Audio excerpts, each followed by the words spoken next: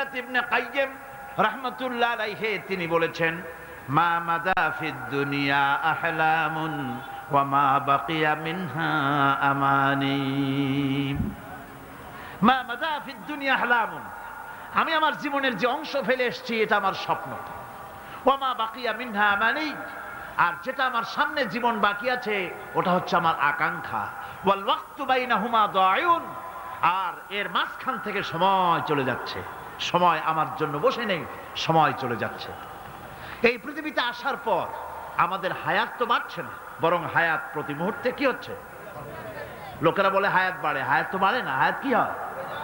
জন্মের পরের থেকে আমার জন্য রিজার্ভ আছে যতটুকুন, 50 বছর বাঁচবো, 60 বছর বাঁচবো, যতটুকুন হায়াত আমার জন্য নির্ধারিত করা আছে, নির্ধারণ করা আছে, প্রতিদিন একদিন একদিন করে কমে যেতেছে। এজন্য আমি বলি, আমার বাড়িতে যে ঘড়িটা আছে, এই ঘড়িটা বেলা 1টার সময় ঢং করে একটা আওয়াজ দেয়, শ্রোতাকে শুনিয়ে দেয়, বাড়িওয়ালা তোমার জীবনের মূল্যবান হায়াত থেকে 1 ঘন্টা কমাইয়া দিলাম। 2টার সময় 2টা ঘন্টা লাগায় শোনায় দিল, বান্দারে তোমার জীবনের মূল্যবান সময় থেকে 2টি ঘন্টা কমে গেল। এমনি করে দিন গেল, মাস গেল, বছর গেল, আমাদের হুঁশ হলো না। সময় চলে গেল তাস খেলে খেলে, সময় চলে গেল আমাদের খেলাধুলা করে, শয়তানি বদমাশি করে। সময় কতটুকুন পেলাম? কিয়ামতের দিন, বিচারের দিনটা যেটা হবে, আল্লাহ রাব্বুল আলামিন বলেন বিচারের দিনটাই লম্বা হবে 50 আলফা সানা মিম্মা তাউদ্দুন। বিচারের দিনটা লম্বা হবে কত বছর? 50,000 বছর। কত বছর? দুনিয়ায় যেভাবে তুমি হিসাব করো, দুনিয়ার গণনা অনুযায়ী হাসরের বিচারের দিনটা হবে 50,000 বছরের মতো লম্বা। এক কিতাবে দেখেছি, তিনি লিখেছেন হিসাব করে, কিয়ামতের ওই দিনটার হিসাবে 50,000 বছর একটা দিন লম্বা।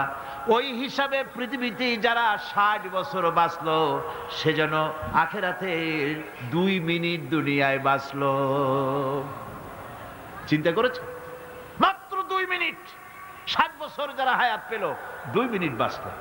এই 2 মিনিটের জন্য কত হাঙ্গামা, কত মারধর, কত সন্ত্রাস, ক্ষমতার জন্য লড়াই, হ্যান করেঙ্গে ত্যান করেঙ্গে, লাঠি কে আন্দার মুগুর ভরেঙ্গে, শক্তির ঠেলায় অস্থির। আমার বন্ধুগণ, সময় চলে যাচ্ছে স্রোতের মতো করে, কারোর জন্য সময় অপেক্ষা করতেছে না। আমাদের মৃত্যু প্রতি মুহূর্তে কাছে চলে আসতেছে। এই জন্য শায়ের বলেছেন, আগাহ আপনি মৌত সে কোই বশর নেহি, আগাহ আপনি মৌত সে কোই বশর নেহি, সামা সো বরস কে হ্যাঁ পল কি খবর নেহি। মৃত্যু সম্পর্কে আমাদের কারো জানা নাই, যে কোনো মুহূর্তে মৃত্যু আমাদের কাছে এসে যেতে পারে। মৃত্যু সম্পর্কে কিছুই জানা নাই, অথচ প্রতি মুহূর্তে আমরা মৃত্যুর দিকে গিয়ে চলছি। মাল সামান 100 বছর কি ধরে খাবো তাও জমা করে রেখেছি, কিন্তু এক মুহূর্তের খবর নাই। মাহফিলে এসেছি, বাড়ি যেতে পারবো নিশ্চয়তা নাই। আছে? বলেন আছে? আপনি বাড়ি যাও ভালো, বসেছেন, দাঁড়াতে পারবেন এই নিশ্চয়তা আছে? নাই। সুতরাং সূরার যে সময়ের উপরে কসম করে মূলত সময়ের অপরিসীম গুরুত্ব সম্পর্কে আল্লাহ পাক মানুষকে বুঝাই দিতেছেন। সময়ের দাম দাও।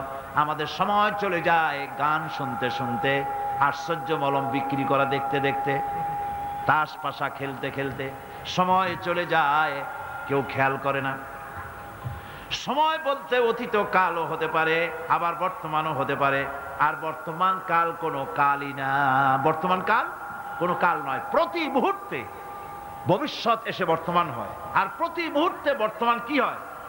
অতীত হয়ে যায়। বর্তমান কাল বলে কোনো কাল নাই, প্রতি মুহূর্তে অতীত হয়ে যাচ্ছে। এই যে আমি মাহফিলে বসছিলাম প্রথম এসে, ওইটা কি এখনো বর্তমান আছে? এই যে বর্তমান কথা বলছি, এটা অতীত হয়ে যাচ্ছে। সুতরাং বর্তমান কাল নাই। আল্লাহ পাক অল আসরের সময়ের কসম করে বলছেন। যদি আমরা চিন্তা ভাবনা করি তাহলে আমরা লক্ষ্য করব আমাদের আসল মূলধন সময়। আসল মূলধন কি? জীবনের আসল মূলধন কি? সময়। ইমাম রাজি রহমতুল্লাহ আলাইহি এই পর্যায়ে এক বুজুর্গের ব্যক্তির কথা তিনি আলোচনা করেছেন। তিনি বলেছেন যে একটা লোক তিনি সূরা ওয়াল আসর এর ব্যাখ্যা তিনি বুঝতেছিলেন না। ব্যাখ্যাটা কি?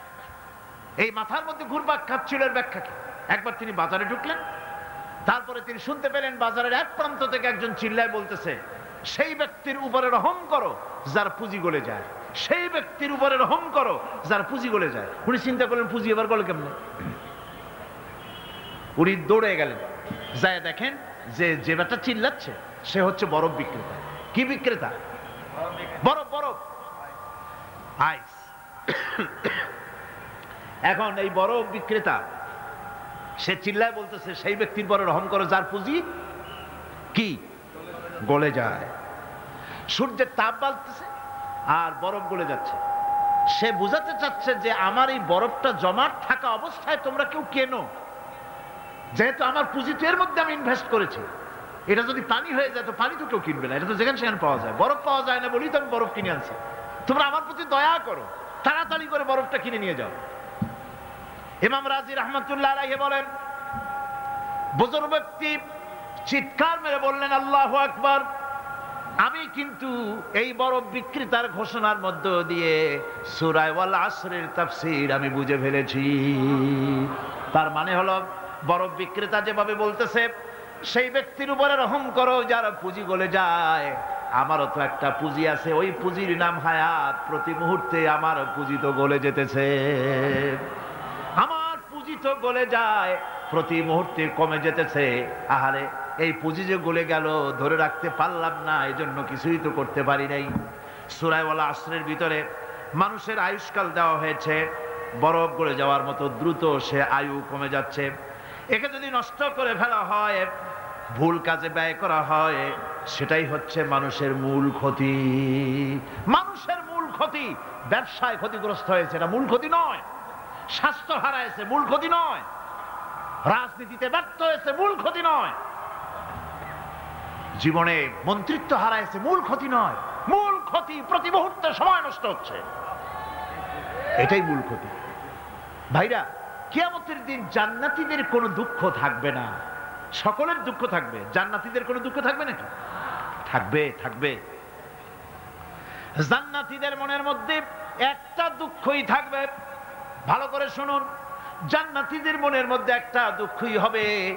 তারা মনে মনে চিন্তা করবেন, আফসোস করবেন, আহারে যদি দুনিয়ায় বসে অমুক সময় বাসে বসেছিলাম, আজে বাজে চিন্তা করেছি, বাড়ির ড্রয়িং রুমে একা একা বসে বসে আজে বাজে চিন্তা করেছি, অমুক অমুক সময় খেলাধুলায় কাটাইছি, এই সময়গুলিতে যদি সুবহানাল্লাহ, আলহামদুলিল্লাহ, লা ইলাহা ইল্লাল্লাহ, আল্লাহু আকবার, এই তাসবিহ যদি পড়তাম, জিকির আজগার করতাম, জান্নাতের ভিতরে আরো নিয়ামত লাভ করতে পারতাম। সময়টা তো কাজে লাগাইলাম না। মানুষের সবটা, মুমিনের সব কাজে সওয়াব। ওয়াকুলু লিন-নাসি হুসনা, মানুষের সঙ্গে ভালো ভালো কথা কও, মানুষের সঙ্গে হাসি মুখে কথা কও। একজনের সাথে হাসি মুখে কথা বললেন, আপনার একটা সদকা দেওয়ার মতো সমান সব আমলনামায় লেখা হয়ে গেল। ভালো ভালো কাম করো। বন্ধুগণ, সময় দ্রুত গতিতে চলে যাচ্ছে, মানুষের জীবন ক্ষতিগ্রস্ত হচ্ছে। ক্ষতি থেকে বাঁচতে পারবে 4টা গুণ যার মধ্যে আছে, বাকি সব ক্ষতিগ্রস্ত হয়ে যাবে। আমার ভাইয়েরা, এই কথাগুলি বলে আল্লাহ পাক যেন এরকম একটা দৃষ্টান্ত দিলেন। আপনি যদি পরীক্ষার হলে গিয়া দেখেন ছাত্ররা পরীক্ষা দিতেছে, পরীক্ষার জন্য নির্ধারিত সময় কতটুকুন? 3 ঘন্টা। 3 ঘন্টা। 3 ঘন্টা। আপনি গিয়ে দেখলেন কোন একজন পরীক্ষার্থী পরীক্ষা দিতে গিয়ে আর একদিকে তাকায় আছে, আকাশের তারা গুনতেছে, অথবা সে গল্প করতেছে, অথবা পরীক্ষা বাদ দিয়ে আজে বাজে কিছু লিখতেছে। আপনি যেমন তাকে, ওই ছেলেটাকে আনবো না, গাফেল ছেলেটাকে ঘড়ির দিকে তাকায় বলেন, এই ছেলে ওই ঘড়ির দিকে তাকাও, দেখো তোমার সময় কিন্তু চলে যেতেছে, মাত্র 1 ঘন্টা আর তুমি সময় নষ্ট করতেছো। আল্লাহ যেন স্নেহ পরবশে তাম পৃথিবীর গোলামদেরকে, বান্দাদেরকে আঙ্গুল নির্দেশনা দিয়ে বলছেন, বান্দারা প্রতি মুহূর্তে তোর জীবনের মূল্যবান সময় চলে যেতেছে, প্রতি মুহূর্তে সময় যাচ্ছে। আল ইনসান, ইনসান বলতে শুধু মুসলমান না, ইনসান বলতে কি মুসলমান শুধু না, আল ইনসান মানব মণ্ডলী, বিশ্বের সমস্ত মানুষকে আল্লাহ বলছেন, হিন্দু, খ্রিস্টান, বৌদ্ধ, নাসারা, ইহুদি, মজুসি, মুসলমান। বিশ্বের সব মানুষকে আল্লাহ বলছেন, যেহেতু আল্লাহ স্রষ্টা, মানুষের ব্যাপারে সার্বিক কল্যাণময় কথা কে বলতে পারেন? কে বলতে পারেন? সে আল্লাহ রাব্বুল আলামিন বলছেন, সময় চলে যাচ্ছে ও পৃথিবীর মানুষেরা, এই মানুষ বলতে আল্লাহ রাব্বুল আলামিন কোনো ব্যক্তি, কোনো গোষ্ঠী, কোনো জাতিকে বলেন নাই, বলেছেন সমগ্র মানবতাকে। এর অর্থ হচ্ছে সূরাটিতে উল্লেখ্য 4টি গুণ যদি আমল করতে পারে লোকেরা, যেই ব্যক্তি করবে, যেই সমাজ করবে, যেই রাষ্ট্র করবে, যেই গোষ্ঠী করবে, যেই জাতি করবে, তারাই ক্ষতি থেকে বেঁচে যাবে। আর যারা করবে না তারা ক্ষতিগ্রস্ত হবে। কি হবে বলুন? দেখুন কোরআন, মান আমিলা সালিহান মিন যাকারিন আও উনসা ওয়া হুয়া মুমিনুন ফালানুহইয়ান্নাহু হায়াতান তাইয়্যিবাতান ওয়া লানাজজিয়ান্নাহুম আজরাহুম বিআহসানি মা কানু ইয়ামালুন। আল্লাহ রাব্বুল আলামিন বলেন, পুরুষ এবং নারী যারা ঈমানদার, ঈমান অবস্থায় তারা যারা পবিত্র জীবন যাপন করবে, আর যারা পবিত্র জীবন যাপন করবে, পুরুষ হোক আর নারী হোক, আল্লাহ রাব্বুল আলামিন তাদেরকে কিয়ামতের দিন শ্রেষ্ঠ পুরস্কারে তাদেরকে ভূষিত করবেন। পুরুষ আর নারী আল্লাহর কাছে জান্নাতে, নারী এবং পুরুষ জান্নাত উভয়ের জন্য। এখন একটি কথা বলে নারীদেরকে বিভ্রান্ত করা হয় যে পুরুষেরা 70টি করে হুর পাবে আর নারীরা তাদের ব্যাপারে কথা নাই। এই কথা বলে মেয়ে লোকদেরকে বলে যে কোরআন, আল্লাহ নিজে মেয়ে লোকদেরকে ঠকাইছে। নাউযুবিল্লাহ। আল্লাহ পাক বলেছেন জান্নাতের মধ্যে আল্লাহ তাআলা যা চাইবে তাই দিবেন, মিম্মা ইয়াশতাহুন। যে মেয়ে লোক জান্নাতে যাবেন, তার স্বামী যদি জান্নাতি হয় তাহলে তাকে তার স্বামীকেই দিয়ে দেওয়া হবে। হুরের এক অর্থ, হুরের অনেক অর্থ আছে। এক অর্থ সাথী। এ সাথী বিপরীত লিঙ্গের যেমন পুরুষ পাবে, মেয়ে লোকও বিপরীত লিঙ্গের সাথী পাবে।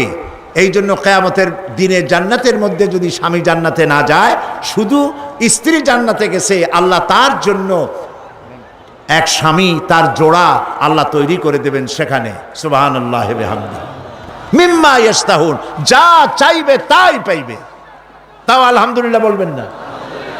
একজন বলছিল যে হুজুর, যা চাইবো তাই যদি পাওয়া যায় তাহলে আমার তো খুব হোক্কা খাওয়ার অভ্যাস আছে না, অনেকের বিড়ি সিগারেট খাওয়ার অভ্যাস, তা আমার তো খুব হোক্কা খাওয়ার অভ্যাস। তো কিয়ামতের দিন এটা কি আমরা আল্লাহ কি হোক্কা টোক্কা দেবে জান্নাতের মধ্যে চাইলে পরে? সে বুজুর্গ ব্যক্তি বলছেন যে দেখো ভাই, আল্লাহ একটা ওয়াদা করছেন যে জান্নাতে যা চাইবে তাই পাইবে। এখন যদি তুমি হোক্কা চাইয়ে বসো তাহলে তো আল্লাহ দিতেই হবে, যেহেতু তিনি ওয়াদা করেছেন। তবে একথা ঠিক, জান্নাতের এত ভালো ভালো নিয়ামত হইয়া পচা হোক্কা খাওয়ার নিয়ত তোমার মনে আসবে না, এটাও ঠিক। আল্লাহ রাব্বুল আলামিন মেয়ে, নারী এবং পুরুষ সৃষ্টি করে তাদের অধিকারকে প্রতিষ্ঠিত করেছেন। এক শ্রেণীর কবি সাহিত্যিকরা তারা নারী এবং পুরুষের মাঝে বিরাট দেওয়াল সৃষ্টি করেছেন এবং রীতিমতো অধিকার আদায়ের নামে পুরুষের বিরুদ্ধে যুদ্ধ ঘোষণার ব্যবস্থা করেছে। অথচ পুরুষ আর নারী পরস্পরের শত্রু নয়, বন্ধু। পুরুষ আর নারী পরস্পর কি? পুরুষ আর নারী পরস্পর কি? এ বন্ধুকে আমি বানাইলাম না। والمؤمنون والمؤمنات بعضهم أولياء بعض يأمرون بالمعروف وينهون عن المنكر। আল্লাহ পাক বলেন মোমেন পুরুষ আর মোমেনা নারী এরা পরস্পর পরস্পরের বন্ধু। এরা মানুষকে অন্যায় কাজ থেকে দুহাতে ফিরায় আর ভালো কাজের আদেশ করে। প্রিয় ভাই সব, একজন নারী, একটা মেয়ে লোক পৃথিবীতে যখন আসে তখন তার জীবনে 3টা স্তর হয়। বলেন তো কয়টা স্তর? 3টা। ভালো করে লক্ষ্য করুন। প্রথমে সে হয় কন্যা, কন্যা হিসাবে সে নারী।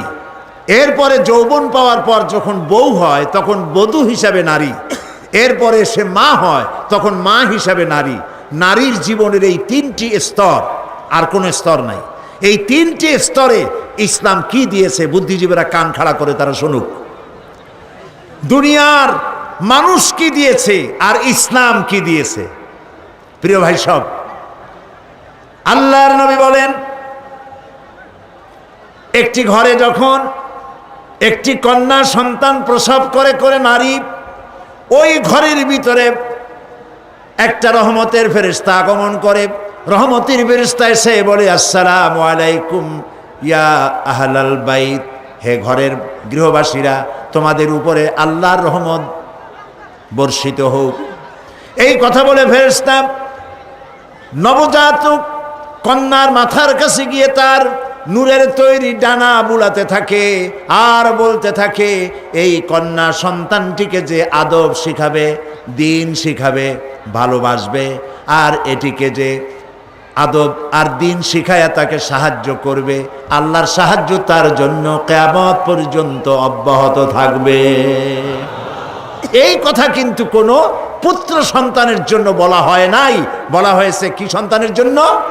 কন্যা সন্তানের জন্য। আমার দেশে বহু লোক আছে বারবার মেয়ে হয় স্ত্রীর, এই জন্য বউকে তালাক দিয়ে দেয়, মুখ কালো করে থাকে, বউর সাথে কথা কয় না, শ্বশুর বাড়ি যায় না,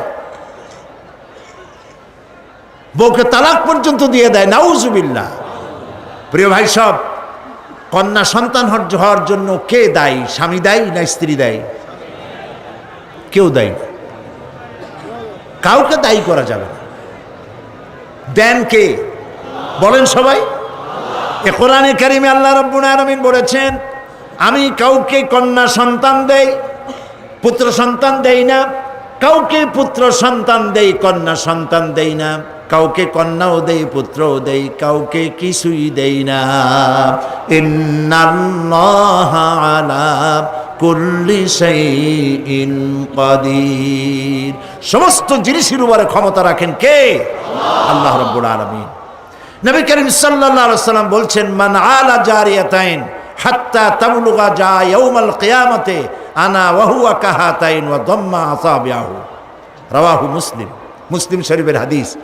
নবীজি বলেন, কেউ যদি দুই কন্যার পিতা হয়, শুনতেছেন কথা, কেউ যদি দুই কন্যার পিতা হয় আর কন্যা দুটিকে যদি লালন পালন করে, স্নেহ করে, আদব করে, দিন শিখায়, ইমান শিখায়, তাহলে ওই দুই কন্যার পিতা আর আমি মুহাম্মদ সাল্লাল্লাহু আলাইহি ওয়াসাল্লাম জান্নাতের ভিতরে পাশাপাশি অবস্থান করব।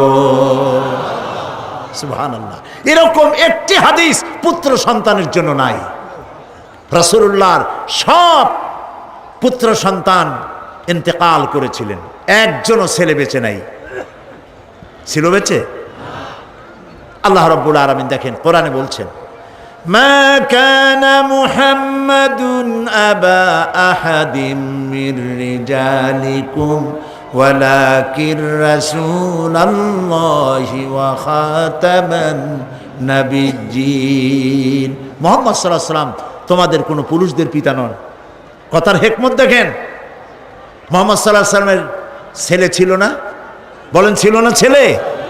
আল্লাহ তাআলা বলছেন যে মা কানা মুহাম্মাদুন আবা আহাদিম মির রিজালিকুম, মুহাম্মদ সাল্লাল্লাহু আলাইহি ওয়াসাল্লাম তোমাদের কোনো পুরুষদের পিতা না, কিন্তু ছেলে তো হয়েছিল, কিন্তু ছেলে মারা গেছে তুহুলিয়াতে, বাচ্চা অবস্থায়, রেজাল্ট পর্যন্ত পৌঁছায় নাই, পুরুষ হওয়া পর্যন্ত, যেখানে রাজুল বলা হয় সেই রাজুল হওয়া পর্যন্ত পৌঁছায় নাই, তিফলের হালতে মারা গেছে।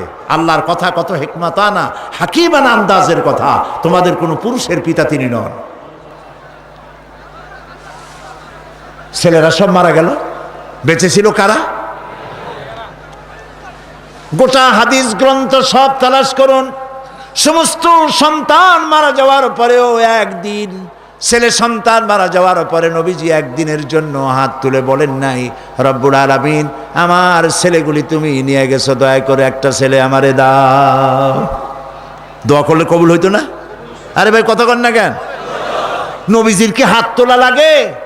না না, হাত তুলে মোনাজাত করা লাগে না, মুখ দিয়া বলা লাগে না। আমার নবী তো সেই মাকামের নবী, মনে এরাদা করতে দেরি আছে, মঞ্জুর হতে দেরি নাই। প্রিয় ভাই সব, নবী করিম সাল্লাল্লাহু আলাইহি ওয়াসাল্লাম নিজের কন্যাকে এত ভালোবাসতেন, কোন জায়গায় যাওয়ার সময় সকলের শেষে হযরত ফাতেমা রাদিয়াল্লাহু তাআলা আনহাকে বলে যেতেন। আর কোনো দিক থেকে আসলে সকলের আগে হযরত ফাতেমার সঙ্গে তিনি দেখা করতেন, সবার আগে। হাদিস শরীফে এসেছে একবার নবী করিম সাল্লাল্লাহু আলাইহি সাল্লাম মুখ মলিন করে বসে আছেন। সাহাবায়ে কেরাম নবী করিম সাল্লাল্লাহু আলাইহি সাল্লামের সঙ্গে কথা বলতে সাহস পাচ্ছে না কেউ। কিছুক্ষণ পরে তিনি উঠে গেলেন হযরত আলীর ঘরে। আরো কিছুক্ষণ পরে তিনি ঘর থেকে বেরিয়ে এলেন হাসি খুশি মেজাজ নিয়ে। সাহাবায়ে কেরাম ভরসা পেলেন, বললেন, ইয়া রাসূলুল্লাহ, আমরা তো কিছুই বুঝতে পারি নাই, কথা বলতেও সাহস পাই নাই, আপনার চেহারার অবস্থা এরকম ছিল, আমরা ভয় পেয়ে গেছি। আবার হযরত ফাতেমার ঘরের থেকে ফিরে এসে আপনার সুন্দর চেহারা, আবার হাসি খুশি হয়েছে, কারণ কি বুঝলাম না। নবী করিম সাল্লাল্লাহু আলাইহি সাল্লাম বলছেন, ওদের মধ্যে একটু মনোমালিন্য হচ্ছিল আর আমি খুব কষ্ট পাচ্ছিলাম। ওদের মধ্যে, বুঝতে পেরেছেন, হযরত ফাতেমা এবং আলীর মধ্যে। নবী করিম সাল্লাল্লাহু আলাইহি ওয়াসাল্লাম বলছেন, আমি ভিতরে গেলাম, দুজনকে মিটমাট করে দিয়ে আসলাম, এখন তারা হাসি খুশি, আমার তাই খুশি ফিরে আসছে। ফাতেমাকে আমি ভালোবাসি, ফাতেমা আমার কলিজার টুকরা, ফাতেমা সে মুহাম্মদ সাল্লাল্লাহু আলাইহি ওয়াসাল্লামকে কষ্ট দেয়। সুবহানাল্লাহ। প্রিয় ভাই সব, আল্লাহ তাআলা কন্যা হিসেবে নারীর এই মর্যাদা দিয়েছেন। এবার এই কন্যা আস্তে আস্তে বড় হয়ে বধূতে পরিণত হয়ে যায়। আর যখন বধূ হলো তখন আল্লাহ কি বলছেন দেখেন, ওয়ামিন আয়াতিহি আন খালাকা লাকুম মিন আনফুসিকুম আজওয়াজান লিতাসকুনু ইলাইহা ওয়া জাআলা বাইনাকুম মাওয়াদ্দাতান ওয়া রাহমা। আল্লাহ তাআলা বলেন, আল্লাহর অসংখ্য নিদর্শনের ভিতরেও এটাও নিদর্শন যে তিনি তোমাদের থেকে তোমাদের জোড়া, তোমাদের স্ত্রীদেরকে সৃষ্টি করেছেন এই জন্য, লিতাসকুনু ইলাইহা, যাতে করে তাদের কাছে তোমরা তোমাদের মনের প্রশান্তি খুঁজে পাও। আর তোমাদের উভয়ের মধ্যে আমি ভালোবাসা আর করুণা সহৃদয়তার সৃষ্টি করি। লক্ষ্য করুন, এখানে আল্লাহ তাআলা বলছেন, ওয়া জাআলা বাইনাকুম মাওয়াদ্দা ওয়া রাহমা। প্রথমে ভালোবাসা, তারপরে দয়া। যখন এই ভালোবাসাটা আল্লাহ দিয়ে দিলেন, মনে করেন ছেলে হলো ঢাকার, মেয়ে হলো চট্টগ্রামের। চট্টগ্রামের মেয়ে শুটকি খুব পছন্দ করে, কিন্তু ঢাকার ছেলে শুটকি পছন্দ করে না। ঢাকার ছেলে বলে আমার কাপড় কোথায়, আর চিটাগাংয়ের মেয়ে বলে আর খড়-খড়ডে। এটা সমস্যা হয়ে গেল না? কথা তো মিলল না, ভাষায় মিল নাই, কথায় মিল নাই, রুচিতে মিল নাই। ঘন্টায় ঘন্টায় মারামারি হওয়ার কথা, কিন্তু মারামারি হয় না। ওয়া জাআলা বাইনাকুম মাওয়াদ্দা, আল্লাহ বলেন আমি ভালোবাসা সৃষ্টি করে দিছি। সুবহানাল্লাহ, কইতে ইচ্ছে করে না? এই ভালোবাসা হয় বিশেষ এক উদ্দেশ্যকে কেন্দ্র করে, এই ভালোবাসার সৃষ্টি হয়। জীবনের যখন যৌবনে ভাটা পড়ে, ওয়া জাআলা বাইনাকুম মাওয়াদ্দাতান ওয়া রাহমা, যখন ওই যৌবনকালটা চলে গেল, তারপরে আল্লাহ তাআলা বলছেন আমি রহমত সৃষ্টি করি, স্বামী স্ত্রীর মধ্যে করুণা, দয়া, মহব্বত সৃষ্টি করি। বুড়ার কাছে তখন বুড়ি অত্যন্ত প্রিয় হয়ে যায়, আর বুড়ির কাছেও বুড়ো না হলে আর চলে না। আমাদের কবি আল মাহমুদ ভাই বোধহয় নিশ্চয়ই বুঝতে পারেন, মরিচ পাকলে নাকি জাল হয় বেশি। সুতরাং আল্লাহ রাব্বুল আলামিন বলছেন, ওয়া জাআলা বাইনাকুম মাওয়াদ্দাতান ওয়া রাহমা, আমি প্রথমে ভালোবাসার সৃষ্টি করি, পরে উভয়ের মধ্যে করুণা আর সহৃদয়তার সৃষ্টি করে দিই। বুড়া ছাড়া বুড়ি চলে না, বুড়ি ছাড়া বুড়া চলে না। কে করেন? আরে ভাই জোরে কর না, কে করেন? যালিকুমুল্লাহু রাব্বুকুম, এই হচ্ছে আমাদের আল্লাহ, ইনি হচ্ছেন রব। এবং এই স্ত্রী বানিয়ে দিলেন তোমার, কলেমাকে সাক্ষী রেখে স্ত্রী তোমার জন্য হালাল হয়ে গেল, পুরুষের জন্য হালাল হলো। নবী করিম সাল্লাল্লাহু আলাইহি সাল্লাম বলেছেন, আল্লাহর আকাশের নিচে জমিনের উপরে খাদিজার মতো উত্তম মহিলা আর নাই। হযরত আয়েশা বলেন, নবীজি একদিন এক রাতে আমার কাছে ঘুমানো ছিলেন, আমি ঘুম থেকে জেগে দেখি নবীজি নাই। মনে মনে চিন্তা করলাম কোথায় গেলেন, বোধহয় অন্য কোনো স্ত্রীর ঘরে গেছেন। আমি চুপিসারে খোঁজ নিতে লাগলাম, কোনো ঘরে খবর পেলাম না। পরে দেখতে পেলাম রিয়াদুল জান্নার ভিতরে বসে নবীজি দুই হাত উঁচু করে কি যেন বলেন আর কান্দেন। আমি পিছনে গিয়ে হাত তুললাম, শুনতে পেলাম নবীজি মুনাজাত করতে করতে এক পর্যায়ে গিয়ে বলছেন, রব্বুল আলামিন কিয়ামতের ময়দানে যেদিন বাপ তার সন্তান হারায় ফেলবে, মা তার সন্তান হারিয়ে ফেলবে, সন্তান মায়ের চিনবে না, ওই দিন ওই কঠিন হাসরের ময়দানে আমি যেন আমার খাদিজারে হারায় না যাই। মোনাজাত শেষে হযরত আয়েশা বলছেন, ইয়া রাসূলুল্লাহ, এই একটা বুড়ির বিয়ে করছিলেন, 25 বছর বয়সে 40 বছরের বুড়ি, এই বুড়ির কথা এখনো আপনার মনে জাগে? এর থেকে ভালো কুমারী মেয়ে তো আপনি বিবাহ করেছেন। নবীজির মুখখানা মলিন হয়ে গেল। আল্লাহর নবী বলেন, আয়েশা, খাদিজা সম্পর্কে এমন কথা জীবনে কোনোদিন তুমি আমার সামনে আর এরকম বলো না। কারণ হলো তোমরা সবাই আমার সুদিনের স্ত্রী, আর খাদিজা আমার এমন সময়ের স্ত্রী যখন মক্কা নগরীতে মুহাম্মদের পা রাখার জায়গা ছিল না। সমস্ত সম্পদ উজাড় করে দিয়েছে আমার জন্য, ইসলামের জন্য। না খেয়ে থেকেছে রাতের পর রাত, দিনের পর দিন। আরবের সব থেকে ধনশালিনী নারী সমস্ত সম্পদ উজাড় করে দিয়েছেন আল্লাহর দ্বীনের জন্য। হযরত আয়েশা বলেন, আমাদের ঘরের ভিতরে তেমন গোশত রান্না বান্না খুবই কম হতো, আধপেটা অনাহারে অর্ধাহারে আমাদের দিন চলতো।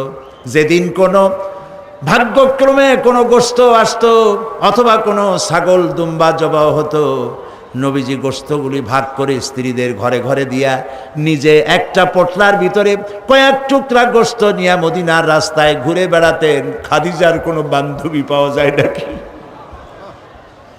খাদিজার কোনো আত্মীয়া, কোনো বান্ধবী পাওয়া যায় নাকি? প্রিয় ভাই সাহেব, নবী করিম সাল্লাল্লাহু আলাইহি ওয়াসাল্লাম স্ত্রীদেরকে ভালোবাসতেন। হাদিস থেকে শোনাচ্ছি, হযরত আয়েশা কুমারী মেয়ে, তাকে বিয়ে করেছেন নবী করিম সাল্লাল্লাহু আলাইহি ওয়াসাল্লাম। গভীর রাত, চাঁদনি রাত, আধো আধো জ্যোৎস্না প্লাবিত রাত, নবীজি বলছেন, আয়েশা চলো আমরা একটু পায়চারি করে আসি। মরুভূমির ভিতরে গিয়ে বললেন, ওই যে একটা জিনিস দেখা যায়, চলো তো দৌড় মারি, কে আগে যায় দেখা যায়। বিশ্বনবী স্ত্রীর মনোরঞ্জনের জন্য দৌড় প্রতিযোগিতা করতেছেন, তাও সুবহানাল্লাহ কইতে ইচ্ছে করে না। দৌড়াইয়া হযরত আয়েশা রাদিয়াল্লাহু তাআলা আনহা তিনি আগে চলে গেলেন, রাসূলুল্লাহ পিছনে পড়ে গেলেন। হযরত আয়েশা খুব আনন্দ করলেন, দেখলেন আপনি কিন্তু দৌড়ে আমার সাথে পারলেন না। বাস এর কয়েক বছর পর আরেক দিন এইভাবে দৌড়ের প্রতিযোগিতা হলো রাতের বেলায়। আজকে হযরত আয়েশা বলছেন, ওই দিনের তুলনায় আমার শরীরটা স্থূল হয়ে গেছে, আমি একটু মুটিয়ে গেছি। দৌড়াইয়া আমি পিছনে পড়ে গেলাম, রাসূল আগে উঠে গেলেন। আমি হাঁপাতে হাঁপাতে যখন নবীজির কাছে গিয়ে দাঁড়িয়েছি, রাসূলুল্লাহ তাবাসসুম মুস্কি হেসে আমার দিকে তাকিয়ে বলছেন, আয়েশা, ওই সেই দিনের প্রতিশোধ আজ নিলাম। সুবহানাল্লাহ, সুবহানাল্লাহ। কিসের ইউরোপ, কিসের আমেরিকা, ইসলামী সভ্যতার জুতার কাছেও দাঁড়াতে পারবে না তারা। ওরা আজকে কি বলে, বিশ্ব কি দিবস, নারী দিবস পালন করে। বিশ্ব নারী দিবস, বিশ্ব মাতৃ দিবস, বিশ্ব ভালোবাসা দিবস। বিশ্ব ভালোবাসা দিবস ওদের দরকার, যাদের সারা বছরে কোনো ভালোবাসা নাই, তাদের জন্য একটা দিন ভালোবাসার বনিতা করা লাগে। আমার লাগে না, কারণ আমার জন্মই হয়েছে ভালোবাসার মধ্য দিয়ে। আর দ্বীন ওয়ান নাসিহা, ইসলাম মানেই হলো ভালোবাসা। সুবহানাল্লাহ কও, ইসলাম মানেই হচ্ছে ভালোবাসা। প্রিয় ভাই সব, আল্লাহ রাব্বুল আলামিন নারীর অধিকার দিয়েছে, কোরআন দিয়েছে, হাদিস দিয়েছে। বুক ভরে বলেন আলহামদুলিল্লাহ। প্রিয় ভাই সব, ইসলাম দিয়েছে নারীর অধিকার।